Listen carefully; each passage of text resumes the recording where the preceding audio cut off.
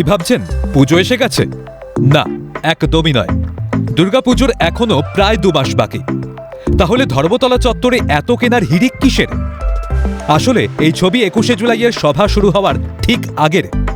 ফেলুদা লালমোহন বাবুর সেই বই বিক্রির উক্তির কথা মনে আছে? Selling like hot kachoris. 21শে জুলাইয়ে ধর্মতলা ছবিটা খানিকটা এমনটাই। তৃণমূলের শহীদ সমাবেশ ঘিরে যেন আবেগের বিস্ফোরণ। একদিকে যেমন উৎসবের মেজাজ, তেমনি জমিয়ে চলছে কেনাকাটা। কেউ কিনছেন জামা কাপড়, তো কেউ কিনছেন জুতো। পিছিয়ে নেই মহিলারাও, চুটিয়ে কিনছেন সাজগোজের জিনিসপত্র। 21শে জুলাই শহীদ দিবস এবং তার পাশাপাশি আমরা যেটা দেখতে পাচ্ছি যে জেলা থেকে আগত যারা কর্মীরা রয়েছেন তারা কিন্তু দুটো কাজ একসঙ্গে সেরে নিচ্ছেন। একদিকে দেখছি কেনাকাটি চলছে, দিদার কেনাকাটি এখানে চলছে।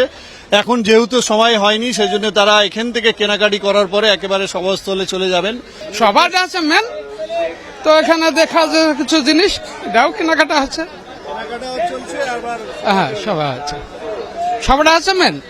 আর এটা এখনো শোভা হয় নাই, তো ওই জন্য বলি বাজারটা ঘুরি। বাজারটা মোটামুটি করছে। হ্যাঁ, তারপরে শোভা দিকে যাচ্ছি, এগোচ্ছি। বাঁকুড়া থেকে না নিলাম ঘরোয়া জিনিস তো দু একটা। ধর্মতলায় সারা বছরই ক্রেতাদের ভিড়ে ঠাসা থাকে, কিন্তু 21শে জুলাইয়ে পা ফেলার জায়গা থাকে না। এই সুযোগকে কাজে লাগাতে চাইছেন বিক্রেতারাও। 2 পয়সা লাভ হবে আশায় পসরা ঢেলে সাজিয়েছেন দোকানদাররা। ভালো সেল হচ্ছে দাদা। কোথা থেকে আসছে? দাদা সব বাহার আছে, যে মালদা আছে, শিলিগুড়ি আছে, সব আছে, সব গ্রাম সেট প্রচুর আছে, সব চলে আসছে। এক কথায় বলা যেতেই পারে রথ দেখা কলা বেচা দুটোই হলো। তাদের কথায় শহীদ দিবসের মতো চলবে। তবে কলকাতা এসেছেন একটু কেনাকাটি করবেন না? এই সুযোগ হাতছাড়া করবেন কেন? কিন্তু সবাই যোগদান দেওয়ার যেটুকু সময় তারা পাচ্ছেন সেই সময়কে কাজে লাগিয়ে তারা কেনাকাটি করে নিচ্ছেন। ক্যামেরা গোপাল সেনের সঙ্গে খালিদ জামাল, ক্যালকাটা নিউজ, কলকাতা।